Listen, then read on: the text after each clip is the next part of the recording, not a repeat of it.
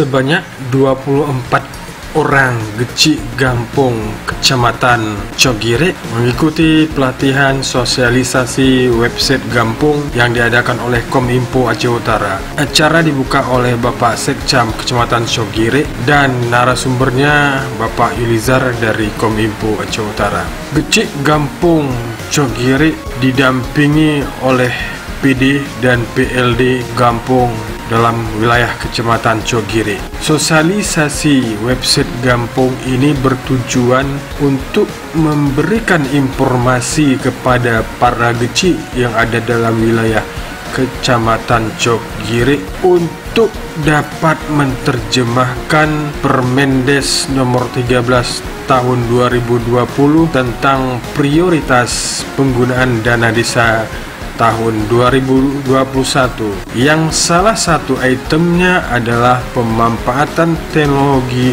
informasi yang di Gampong, penggunaan digitalisasi di Gampong.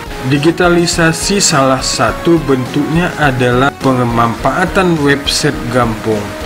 Kominfo Aceh Utara sudah membangun 852 website Gampong dalam wilayah Kabupaten Aceh Utara, termasuk 24 kampung di Kecamatan Cogire. Acara ini berlangsung di Ola, Kecamatan Cogire. Acara yang lebih ke arah diskusi antara narasumber dan peserta, juga ada tanya jawab dari pendamping desa tentang penggunaan website Gampong di Kecamatan Cogire.